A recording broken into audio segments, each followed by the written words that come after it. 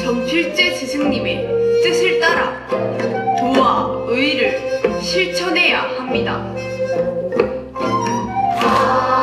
아리아리랑 스리스리랑 날 보는 달님같이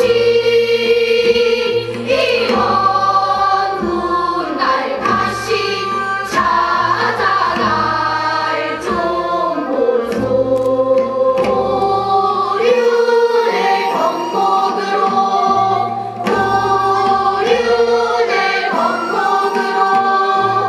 한문에 정진하세.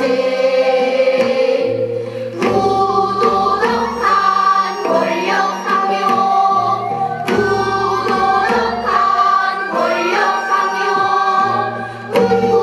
운구간신 적결하세.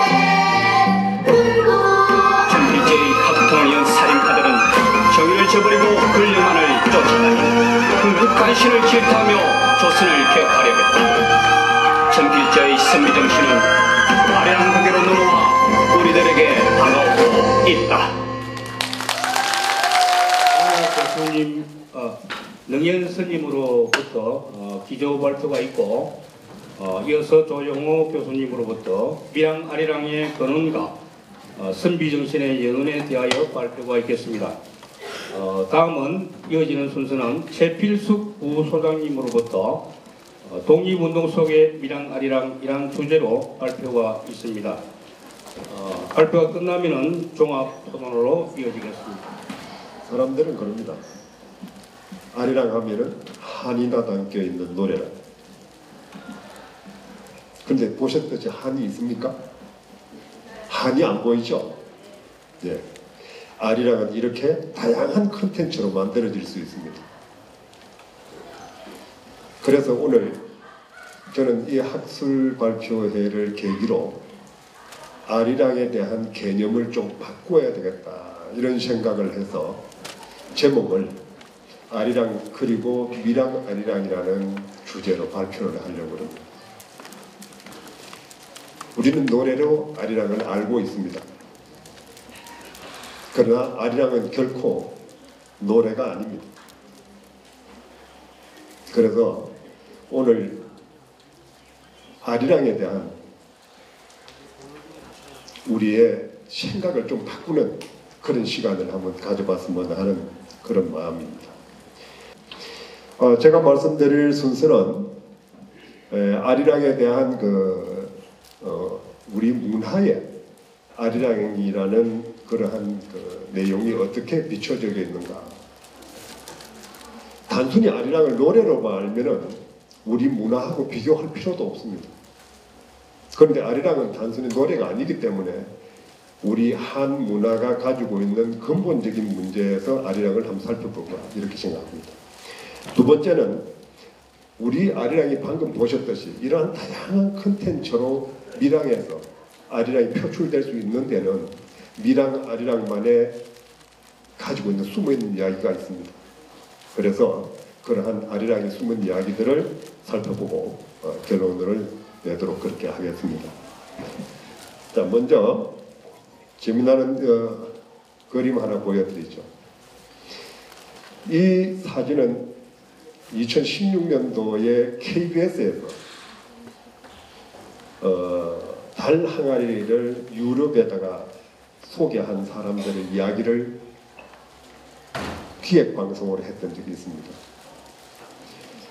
여기에 보시면 알겠지만 달 항아리는 항아리라는 아리가 담겨 있어요.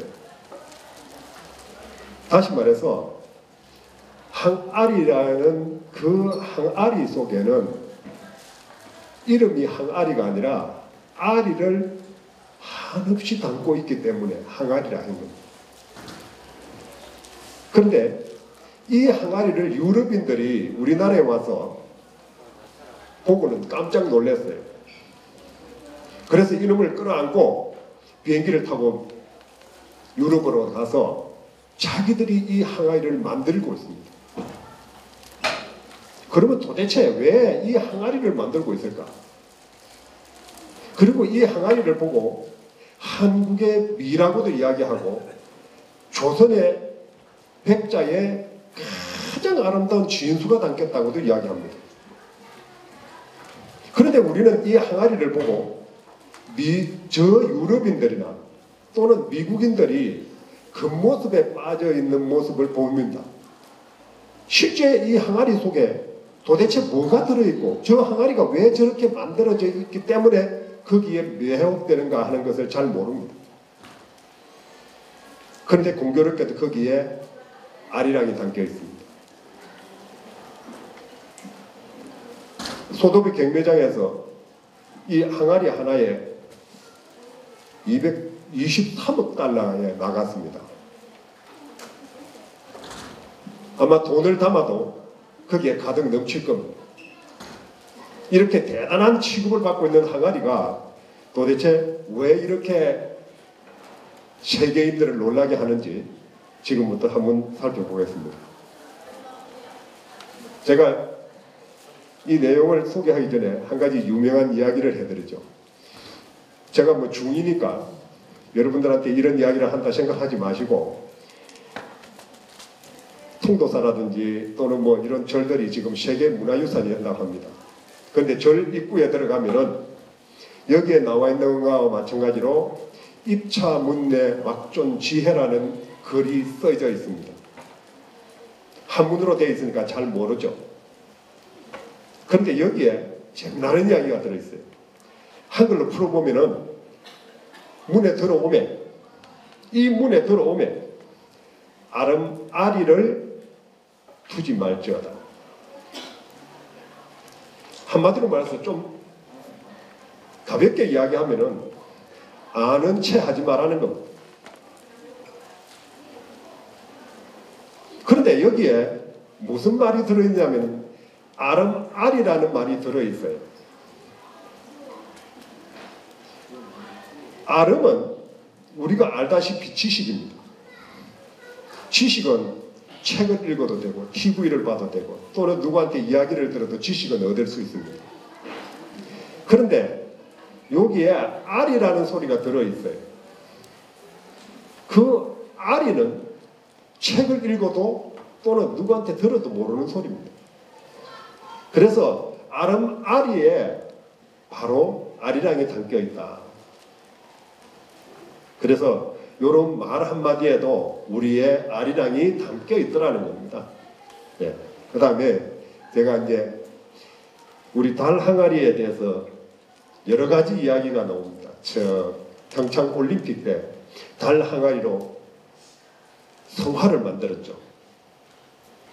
그런데 이 달 항아리에다가 성화를 만들어 놓고 저기다가 불을 붙여 놓으니까 마치 달 항아리가 가지고 있는 근본을 드러내는 것 같았어요. 너무너무 대단했습니다. 그런데 저런 발상을 항아리에 대해서 제대로 모르면서도 저렇게 만들어낼 수 있는 우리 민족은 지혜가 있습니다. 그런데 보시다시피 항아리에 아리랑이 담겨 있는데 그 아리랑에 아리가 담기는 것이 항아리입니다. 그리고 아리라는 말은 항아리뿐만 아니라 우리가 병아리, 아르마리, 주둥아리, 옹아리, 또아리, 아리수 엄청나게 많이 쓰죠. 네. 이 아리라는 말이 굉장히 중요한 말입니다. 그래서 다양하게 아리라는 말이 쓰이는데 그 아리라는 말을 가만히 들여다보면은 무슨 뜻이 담겨 있느냐 하면은 근본을 이야기합니다. 근본. 네, 가벼운 걸 이야기하는 게 아니라 가장 근원의 본질을 아리라는 말로 표현하면서 그 앞에다가 다른 말을 붙여놓거나 또 뒤에다 붙여놨어요. 자, 보면은 병아리 뭐예요? 닭이 되는 근본이죠. 네. 그 다음에 아르마리 지시의 지식, 즉 우리가 알고자 하는 지혜의 근본입니다. 그리고 주둥아리, 우리 주둥아리는 뭡니까? 어떤 술이나 또는 차나 이런 걸 따를 적에 주둥아리로 나오죠. 네. 그 다음에 옹아리는 어린애가 이제 말을 시작할 적에 우리가 옹아리라고 합니다. 이와 같이 아리는 전부 다 근본을 이야기합니다. 근본. 네. 근원을 이야기하고 있다. 그래서 이러한 아리에 대한 내용을 우리 문화에서 그러면 도대체 어떻게 표현되고 있느냐 하면은 아리랑이 여러분들도 오늘 여기에 저기 공연팀들도 많이 있습니다만 삼색 띠를 두르고 머리에다 꽃을 달고 네, 북과 징을 두드리고 꽹가리를 두드립니다. 이 삼색으로 되어 있는 것이 바로 삼태극으로 나타나는 우리 문화의 문양입니다. 그죠? 네, 그래서 그 삼태극 문양이 어떻게 나오느냐 하면 이 삼태극 문양이 아리랑에 표현되는데 오늘 우리가 아리랑 축제를 하고 있습니다만 아리랑 축제도 세 가지 색깔로 해요. 청적황. 왜 청적황의 이 삼색으로 아리랑을 표현할까? 그런데 대한민국의 정부기관도 삼색으로 완전하게 표현하려니까 좀 하니까 비스름하게 표현해가지고 백색을 집어넣어가지고 저렇게 표현합니다. 또 우측에 보면은 홍살문이 있는데 홍살문 밑에도 삼태극 문양을 딱 집어넣어가지고 해놨어요. 저기 오른쪽에 보면은 춤을 추는 겁니다. 저거 어디에서 춤을 추는 거냐 하면은 대구에 가면은 자인에 여원무라는 춤을 추는 그 팀들이 복장이 그겁니다. 그 삼태극 문양 그대로 삼색을 다 드러내고 있어요. 네, 그 다음에 오른쪽에 보면은 우리 오늘 풍물 하신 분이죠. 그 풍물 하신 분들도 저와 같은 모습으로 풍물을 하고 그 복장을 하고 풍물을 합니다. 전부 다 삼태극 그 삼태극 문양의 근본을 다 드러내고 있어요. 자, 저 밑에 보면은 대성전이라고 해놨는데 저 대성전은 유교의 공자를 모셔놓은 사당입니다. 그 사당 앞에 가면요 저렇게 삼태극 문양으로 딱 표현을 하고 있어요. 그러면 유교 방금 전필제 아리랑이라는 춤을 춘 우리 어린애들이 춤을 춘 그 유교의 근원이 바로 저기에 아리랑에 담겨 있더라는 겁니다. 그래서 자기들 성전 앞에다가 딱 표현해 놓은 거예요. 자, 그리고 또 보면은 우리 북이죠, 북. 예. 북을 만드는데 하필이면 가운데다가 삼태극 그림을 딱 그려놨어요. 그리고 가에 테두리는 오방색 그림을 그려놨어요. 이와 같이 삼태극 문양이 없는 데가 없습니다. 자, 또 오른쪽에 마지막 거는 공교롭게도 선찰 대본산이라는 범어사 대웅전 문에 그려져 있는 문양입니다. 자, 여러분들 아리랑이 얼마나 넓게 우리 문화 속에 퍼져 있는지를 다시 보게 됩니다. 그냥 단순한 문양이 아니고 단순한 노래가 아닙니다. 우리 문화에는 이와 같은 아리랑에 대한 흔적들이 엄청나게 많습니다. 그런데 그 중에서 아리랑의 아리에 대한 것을 지금 제가 보여드리려고자 합니다. 여기 있는 이 항아리는 경주 국립박물관의 가장 중요한 유물입니다. 그래서 국보 제195호로 지정하고 있습니다. 그런데 이 항아리의 요 모양이 바로 알이에요. 우리 민족은 흔적을 남기는데 그냥 남긴 게 하나도 없습니다. 너무너무 명확하게 우리 문화를 드러내고 있다는 거죠. 그런데 공교롭게도 이 항아리에 있는 여기에 있는 이러한 토용이라고 그랬죠. 요거에 대해서는 학자님들이 여러 가지 설로 이야기를 합니다. 신라 때 사람들은 다산을 위해서 저렇게 토용을 만들어 붙였다. 또는 신라 금을 연주하는 모습을 저기다 표현했다. 그리고 개구리도 있고 뚜꺼비도 있고 거북이도 있고 다 있습니다. 그러면 그런 걸 다 표현 안 하니까 도대체 이거는 설명이 안 돼요. 그러니까 저거 설명 못 합니다. 한마디로 말해서 저 항아리에 대해서 학자들이 설명을 못 해요. 그런데 중요한 사실은 이 항아리는 아리랑의 근본을 다 담고 있다는 거죠. 자, 여러분들 보십시오. 우리가 아리랑의 아리는 어디서 오느냐 하면 근본이기 때문에 해로부터 옵니다. 지구는요, 해가 없으면요, 하루아침에 여기 전부 생명이 하나도 없어집니다. 해가 있어야 돼요. 그런데 그 해가 보내는 빛이 햇살입니다. 그래서 여기에 5개의 줄을 쫙쫙쫙 꺼가지고 햇살을 표시해놨어요. 그리고 그 안에다가 햇살만 오는 게 아니라 에너지의 본질인 아리가 온다라고 거기다 딱 표현을 해놨어요. 그 햇살 속에 아리가 담겨서 오기 때문에 이 아리를 받는 지구촌에 사는 사람들은, 신라 사람들은 이와 같은 모습으로, 즉 사랑도 나누고 음악도 연주하고 새도 날고 개구리도 있고 뚜꺼비도 있습니다. 이 모든 생명들이 살아나가는 근본을 표현하고 있습니다. 그래서 이 항아리에는 뭐가 담겨야 되느냐? 아리가 가득 담겨야 됩니다. 그래야 저러한 모든 각각의 본질 생명들이 그 나름대로 하늘의 뜻대로 모든 것이 전부 다 그 생명을 이어나가야 된다는 거죠. 그래서 그러한 염원을 담아낸 것이 이 항아리입니다. 그래서 이 항아리는 우리 문화의 근본을 그대로 드러내고 있더라는 거죠. 네. 그 다음에 이 항아리는 바로 아리랑이 이야기하는 천지인의 모습을 그대로 다 담아내고 있더라. 그 다음에 마지막으로 여기에 삐태 삼색으로 나타내는데 그 삐태 삼색이 와서 근원의 본질을 드러내는데 그것은 뭐야? 백색입니다.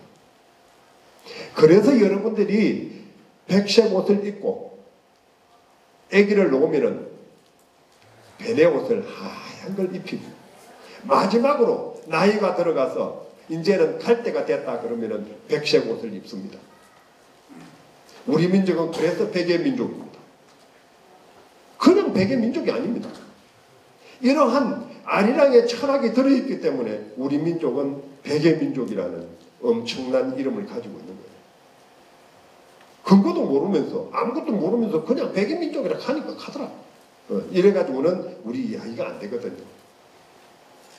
그래서 여기에 대해서 좀 더 깊이 있게 제가 이야기를 드리고 싶지만 더 많은 시간 떼들게니까 다음 슬라이드 한번 보여드리겠습니다. 자, 이 아리가 얼마만큼 있느냐 하면요. 여러분들 여기에 가운데 있는 게 여기 쪽두리죠. 쪽두리죠. 그죠? 예. 요 쪽두리입니다. 쪽두리.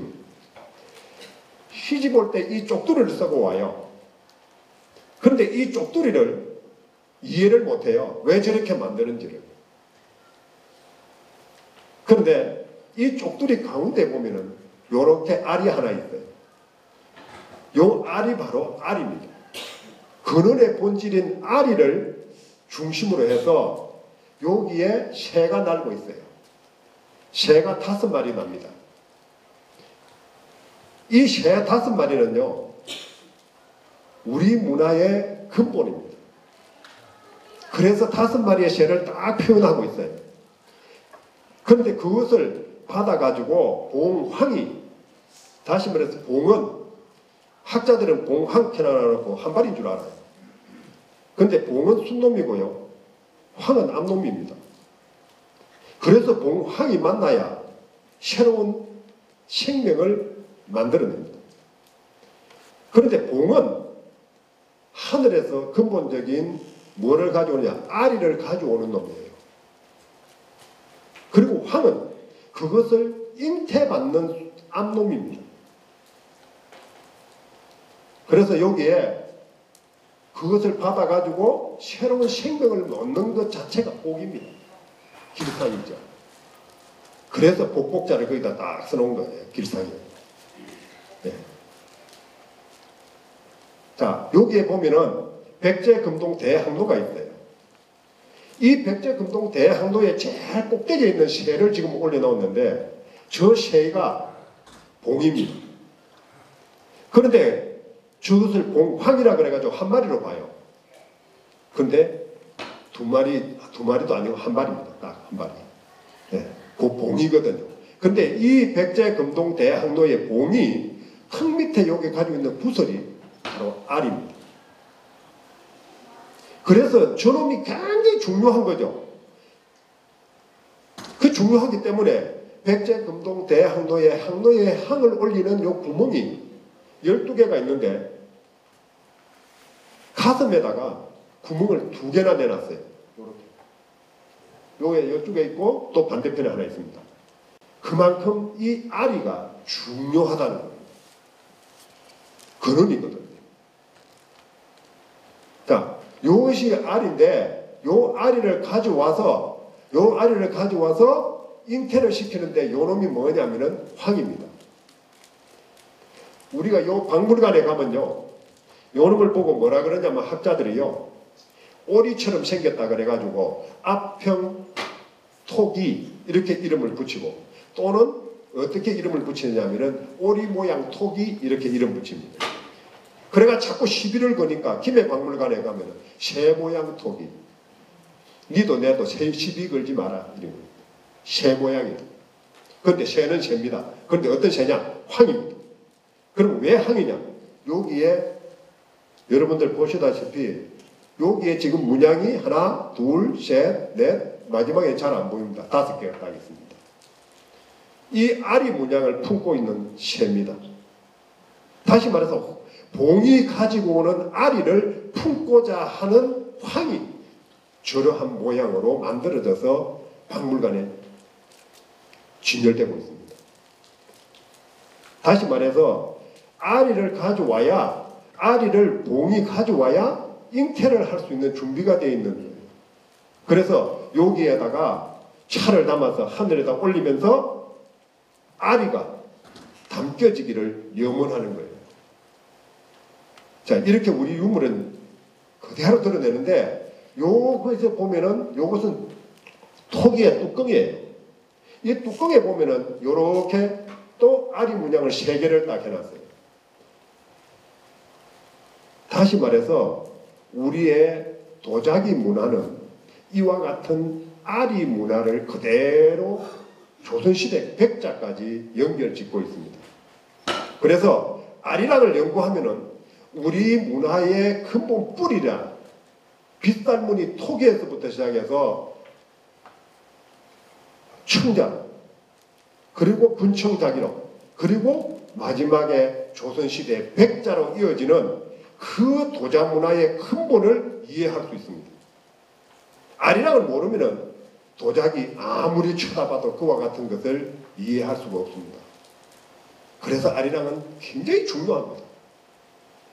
그냥 아리랑이 노래로만 불려지는 게 아닙니다. 그러면 밀양에는 그런 흔적이 있느냐? 제가 밀양에 있는 흔적들을 한번 찾아서 보여드리겠습니다. 요건 밀양에 있는 내용들인데요. 요 밑에 있는 지도는 김해박물관에서 밀양전을 할 적에 포스터에 나와 있는 지도입니다. 그런데 이 밀양 여기에 영남루예요. 네, 영남루고 요 밑에 보면은 밀양 읍성에 남문이 있습니다. 이 남문 앞에 홍살문이 써 있죠. 네, 홍살문이 써 있습니다. 그리고 향교 앞에도 홍살문이 써 있죠. 지금도 있습니다. 그 다음에 관아 앞에 가면은 이렇게 비석이 써 있는데 이 비석 앞에 보면은 요와 같이 아리가 올려져 있는 비석이 하나 있어요. 그 다음에 여기에 있는 이것은 밀양의 간불리에서 출토된 톡입니다. 근데 그 톡의 뚜껑에 요와 같이 아리가 표현되고 있어요. 요 위에 요렇게 아리가 변형됩니다. 이와 같이 밀양에도 아리랑에 대한 근원적 뿌리가 그대로 남아있더라는 거죠. 더 놀라운 사실은요. 밀양 영남루를 올라갔는데요. 밀양 영남루 기둥에 문양을 그려놨는데 전부 다 아리가 그려져 있어요.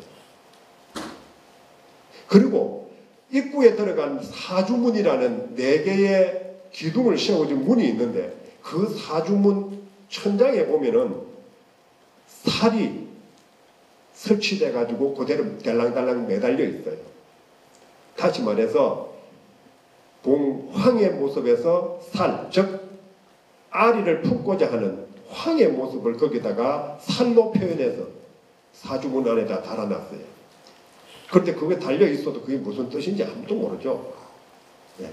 그래서 아리랑을 알면은 그와 같은 것을 우리가 헤아릴 수 있습니다. 자, 이제 밀양 아리랑 한번 보죠. 네. 밀양 아리랑의 구절입니다. 방금 우리가 어린애들이 뛰어 나와서 노래 부르고 같이 함께 즐거워했던 노래입니다. 그런데 여기에 아리랑 서리랑 아라리가 났네요.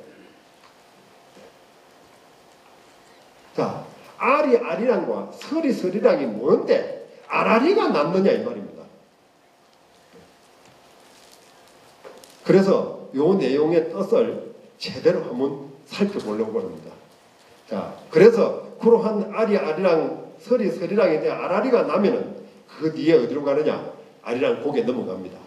그래서 넘어가 보겠습니다. 자, 아리랑 구령구들을 한번 살펴볼까요? 자, 밀양 아리랑은 아리랑 서리랑 아라리가 났네 이렇게 돼 있어요.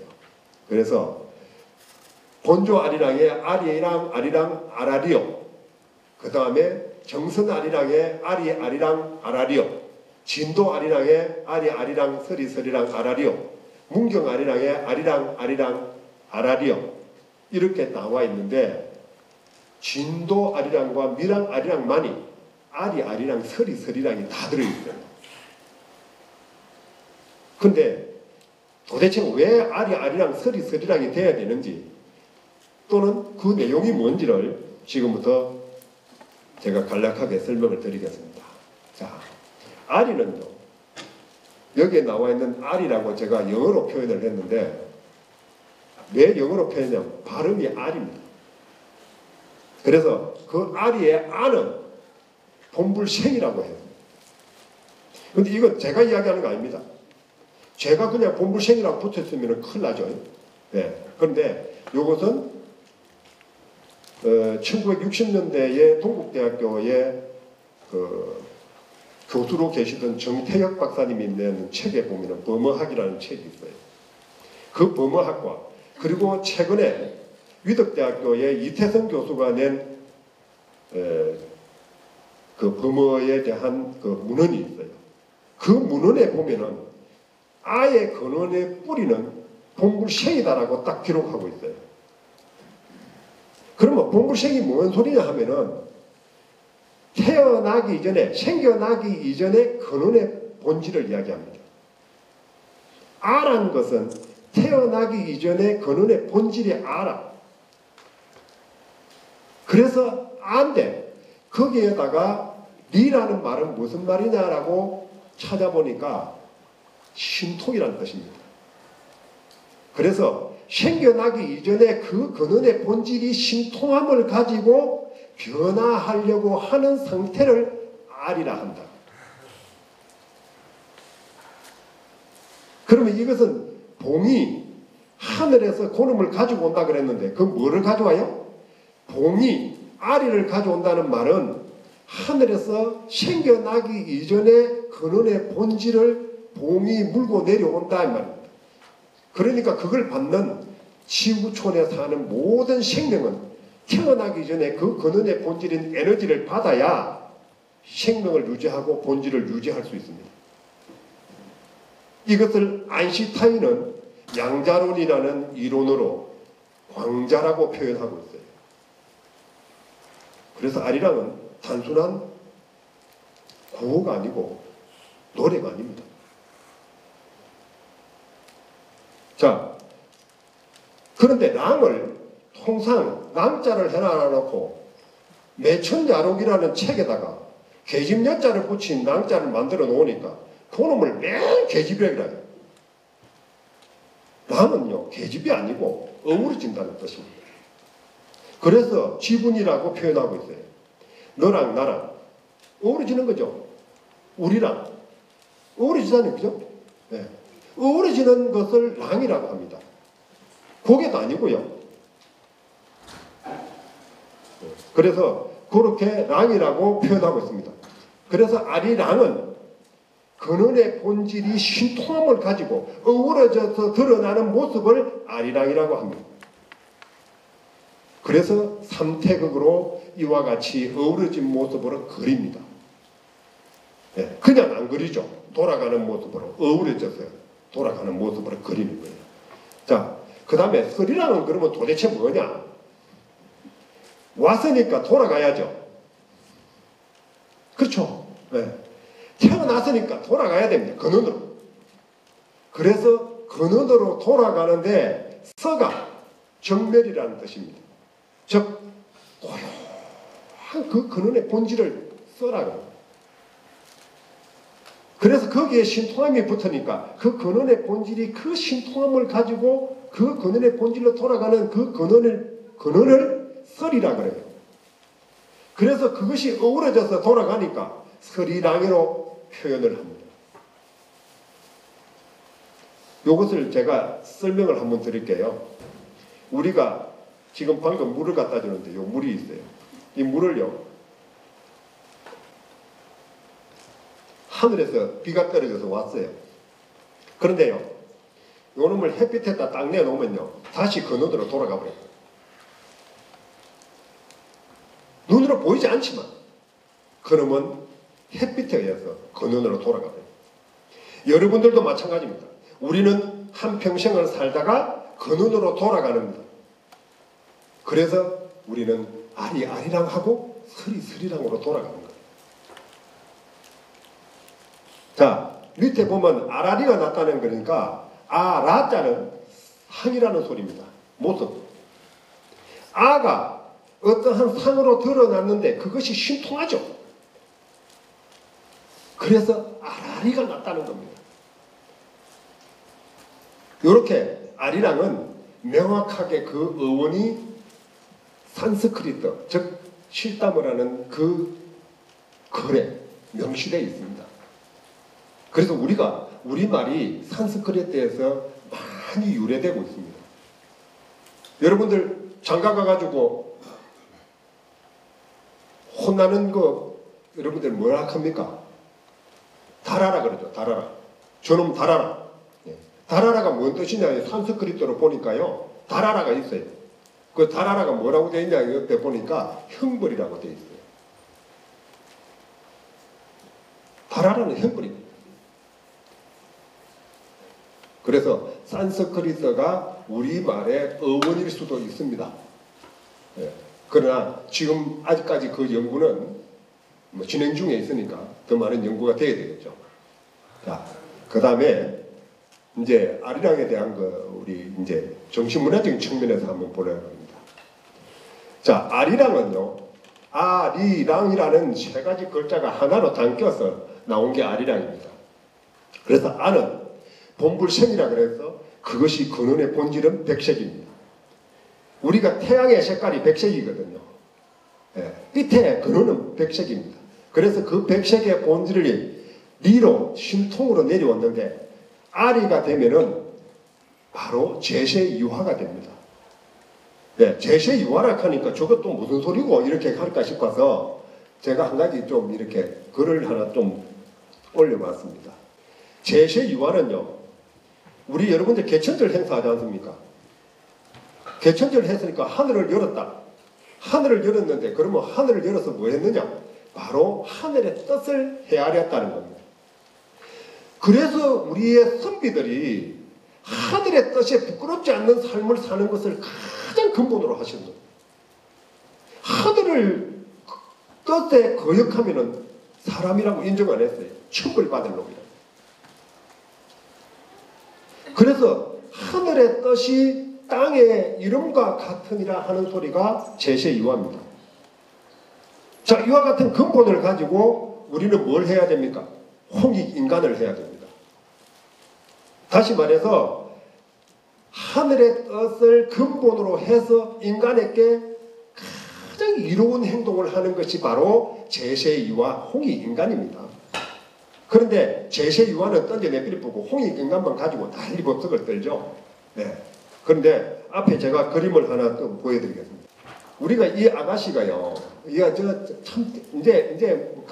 뭐 한 10살도 안 돼서 갔습니다. 그죠? 그런데 여기에 재미나는 내용이 숨어 있습니다. 이 아가씨 둘이 옷을 똑같이 걸 입고 있는 것 같은데도 다르죠. 한 놈은 뭐예요? 노란 저고리에 밑에 빨간 치마예요. 한 놈은 노란 저고리에 색동 소매를 하고 빨간 치마를 입고 있어요. 근데 이게 무슨 소리냐 하면은 우리 복식 문화에서 우리의 아리랑의 근본을 담고 있습니다. 뭔 소리냐면은 위에 노란 것은 지를 상징합니다. 지, 즉 땅. 그렇기 때문에 방정하다는 겁니다. 치마는 붉은색을 입고 있는데 이것은 뭡니까? 인. 다시 말해서 천지인 할 때 인인데 생명이라는 뜻입니다. 다시 말해서 이 아가씨는 생명을 잉태할 수 있는 준비가 되어 있는 아가씨입니다. 그래서 규수라 그러죠. 그런데 그 옆에 있는 놈은 색동 소매를 하고 있는 놈은 규수는 규수고 처녀는 처녀인데 아직까지 덜 성숙했기 때문에 돌 때 입었던 그 색동 저고리를 다 벗지 않은 상태입니다. 이렇게 우리는 복식 문화에까지 아리랑을 담아놓은 겁니다. 아리랑의 근본에서 절대로 벗어나지 않습니다. 그래서 담아서 이렇게 표현하고 있죠. 저 위에 보면은 이 그림은 왕릉에 있는 앞에 가면은 홍살문입니다. 이 홍살문 가운데 저기에 뭐가 있느냐면은 바로 여기에 삼태극이 있죠. 그리고 홍살문 옆에 이렇게 살을 세워놨어요. 이 홍살문을 하나를 제대로 이해하면은 우리 문화를 제대로 이해할 수 있습니다. 바로 아리랑이거든요. 그래서 오늘은 홍살문 하나만 가지고도 오늘 하루 종일 강의를 해야 되기 때문에 요건 넘어가도록 하겠습니다. 자, 요것은 좀 재미난 그림을 제가 일부러 여기다 올렸어요. 제1의 목을 치는 겁니다. 저 목 치는 사람의 이름은 뭐라 그럽니까, 요거야? 요 이름이 뭐예요? 망나니죠. 네. 망나니가 머리에다가 삼색띠를 두르고 그 다음에 붉은 옷을 입고 여기에 삼색 끈을 가지고 허리를 묶고 칼을 들고 목을 치는데 왜 저 칼이 무엇인지 여러분들 이해를 못하겠죠? 네. 이 칼이요, 그냥 칼이 아니라 새와 같이 생긴 칼입니다. 제가 조금 전에 보여드렸던 그 새와 같이 생긴 칼이라 이 말입니다. 그럼 왜 새와 같은 칼을 들고 제1의 목을 치느냐? 저기에는 바로 아리랑의 비밀이 숨어 있습니다. 그 새와 같은 요 칼은 바로 황이거든요. 즉 다시 말해서 봉황 할 때 황입니다. 다시 말해 하늘의 뜻으로 이 제1의 목을 친다는 겁니다. 우리는 우리 문화에서 조그마한 어떠한 것도 이 아리랑의 하늘의 뜻에 벗어나는 일은 하나도 없습니다. 전부 다 이와 같은 뜻을 담아서 그 모습을 그려내고 행을 했습니다. 이와 같이 아리랑의 본질을 이해할 수 있는 그림이었고요. 자, 그래서 이 내용이 이제 아리랑으로 어우러져서 우리가 늘 함께 부르는 아리랑으로 이렇게 회자됩니다. 그런데 아리랑의 본질을, 아리랑의 어원을 다른 각도에서 자꾸 해석을 하다가 보니까 이러한 본질이 좀 더 흐려져요. 그래서 제가 정리를 하나 했는데 이 정리한 거를 한번 보여드릴게요. 네. 자, 아리랑은 아리와 랑이 어우러져서 아리랑이란 말이 됐다는 거고요. 자, 밑에 여기에 조금 전에 말씀드렸던 제세, 유화, 홍이, 인간은 바로 개천 사상입니다. 우리는 10월 달에 개천 하는데 개천을 하는 것은 바로 개천 사상을 기리는 날입니다. 세계 어느 민족도 하늘을 열어가지고 그날을 기리는 민족은 없어요. 오직 우리 한민족밖에 없습니다. 대단한 날입니다. 자, 그런데 여기에 선비정신과 어열정신이라고 해왔는데 선비정신은 뭐냐 하면은 하늘을 우러러 부끄럽지 않는 삶을 사는 것이 선비정신입니다. 그래서 그 근본의 본질은 명이라 했습니다. 밝음을 추구하는 거죠. 그래서 이와 같은 밝음을 추구하는 선비의 그 근원의 본질은 바로 우리 민족의 정신문화의 근본적 바탕이었다. 그리고 애국하는 마음이 절로 나오게 되어 있습니다. 다시 말해서 하늘의 뜻을 거스르지 않고 하늘의 뜻대로 이 나라를 지키고 하늘의 뜻이 드리워져 있는 이 땅을 지켜내는 것은 바로 우리가 해야 될 일이죠. 우리 민족에게 부여된 사명이라 해도 과언이 아닙니다. 그래서 우리는 아리랑을 부르면서 어열정신을 키우고 선비정신을 키우고 또 그러한 문화를 우리는 늘 동경해 왔습니다. 자, 이제 마지막으로 이제 제가 이제 그림을 재밌는 걸 하나 보여드릴게요. 이 복주머니입니다. 여러분들 복주머니 여기에 보면 참 재미있죠. 옛날에 이거 차고 많이 다녔어요. 그런데 이 복주머니에 요게 요 안에 요 빨갛게 되어 있는 요 부분이 바로 알입니다. 이 알이 하나를 얻기 위해서 엄청난 노력을 하는 거죠. 그래서 우리 문화에다가 다 담아놨어요. 밤에 베개를 피고 잠을 자는데도 베개에도 봉황을 그려놨어요.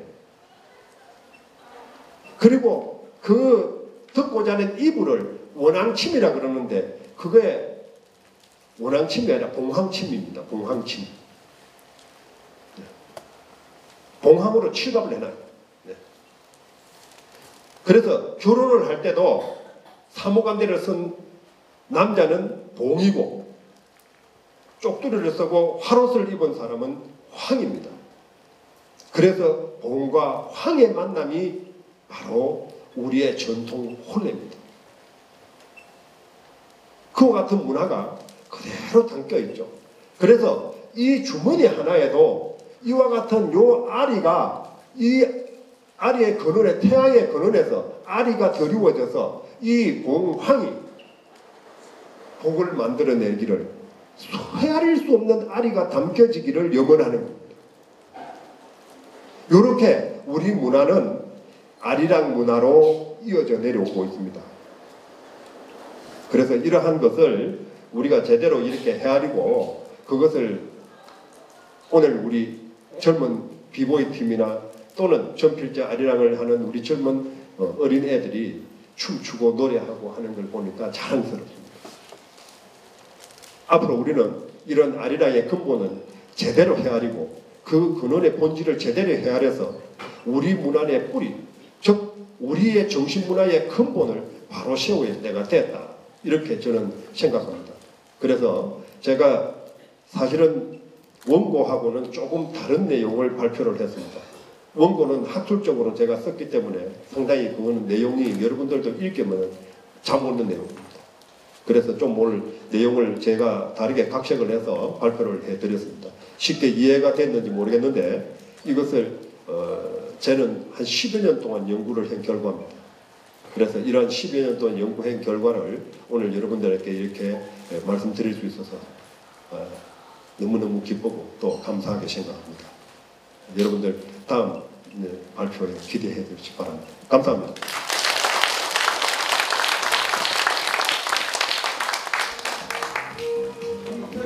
얼마 전에 고고학에서 이런 내용이 있었어요. 빗살무늬 토기가 최초로 만들어진 건 11,000년 전에 한반도에서 시작을 했습니다. 한반도에서 빗살무늬가 시작을 해가지고 만주 지역을 거쳐가지고 유라시아 대륙을 통해서 저기 유럽의 스칸디나비아 반도까지 그리고 밑으로는 카스피해를 건너서 지금 우리가 이야기한 터키까지 빗살무늬 토기가 이어집니다.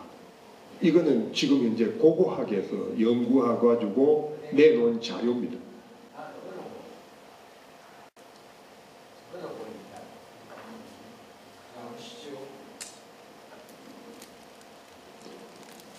그런데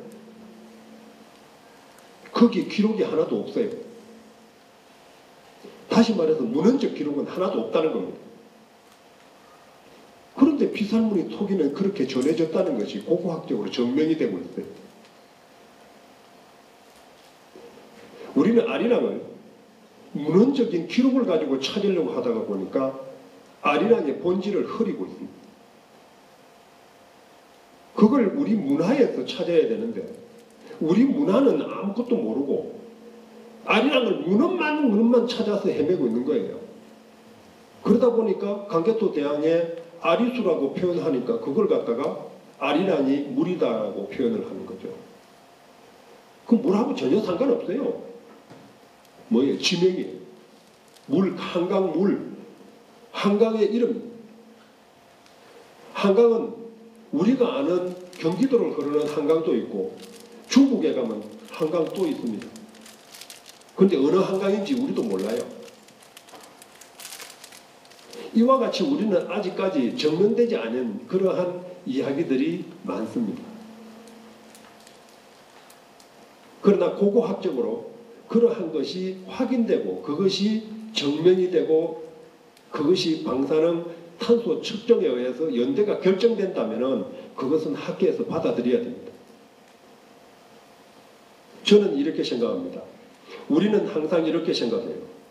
우리 문화는 중국에서 전해왔고 우리가 가지고 있다가 일본에게 전해줬다. 그럼 우리 문화는 하나도 없죠. 중국에서 가져와가지고 일본에서 전해줬는데 전부 중국 거 아닙니까? 그런데 왜 우리는 중국과 다른 삶을 살죠?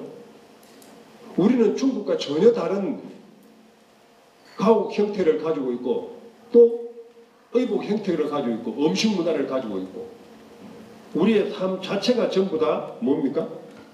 중국과 전혀 다르다는 거죠. 일본과도 달라요. 우리가 전해줬으면 일본도 우리하고 똑같이 해야죠. 그런데 일본은 전혀 다른 모습입니다.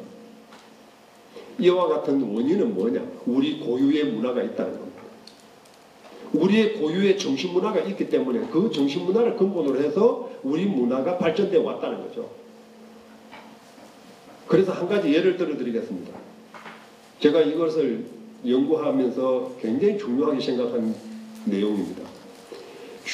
우리는 중국에 가면은 페루라는 건축물이 있습니다. 즉 건물 앞에 크게 용을 지붕에다 올려가지고 기와를 이어놓은 페루라는 문이 있어요. 일본에 가면 그와 유사한 형태가 도리이라 그래가지고 신사 앞에 가면 쭉 세워놨습니다. 그런데 한국에는 그와 같은 것이 홍살문이라는 형태로 나타납니다. 그러면 중국에서 이어받았는데 우리도 똑같이 페루라고 해야 되는데 왜 홍살문이라고 했을까? 왜 일본은 도리이라고 했을까? 우리는 왜 그 홍살문에다가 가운데에다가 삼지창을 걸어놓고 그 밑에다가 삼태극 문양을 걸었을까? 이것을 생각을 해서 그것을 헤아리지 않으면 우리 문화를 알 수가 없습니다. 그런데 공교롭게도 제가 연구한 결과로서는 그 홍살문이 동양 3국, 중국과 일본, 한국의 문화 중에서 가장 수승한 정신문화의 본질을 드러내고 있는 조형물이더라 하는 겁니다. 물론 거기에 대해서 세부적으로 제가 설명을 오늘 다 드릴 시간은 없습니다만은 저는 그러한 문물, 즉 우리에게 남겨져 있는 문화유산을 가지고 우리의 아리랑을 들여다봐야 아리랑을 제대로 볼 수 있다라고 분명히 말씀드립니다. 그렇지 않고 단지 글자 몇 자 가지고 매천야록이라 해봐야 고종이 죽을 때 고정시대에 기록한 황은이라는 그 선비가 한마디 해놓은 거 그걸 가지고 아가씨를 비유하고 여자에 비유하는 그러한 오류를 범해서는 안 된다 이 말입니다.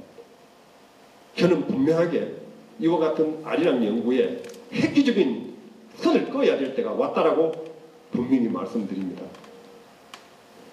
오늘 우리 조영호 교수님께 참 존경하는 분입니다. 제가 논문을 많이 보고 조영호 교수님하고 한번 만나기를 지금까지 이렇게 기대를 했는데 오늘 만났는데 이런 아리랑을 가지고 우리가 제대로 접근하고 제대로 우리 문화에다 심어야지 그냥 비밀 암호문이다. 니도 모르고 나도 모르는 거다. 그러니까 등재를 하면서 아리랑이 먹고 모르니까 우리도 모른다. 이거 얼마나 창피한 이야기입니까?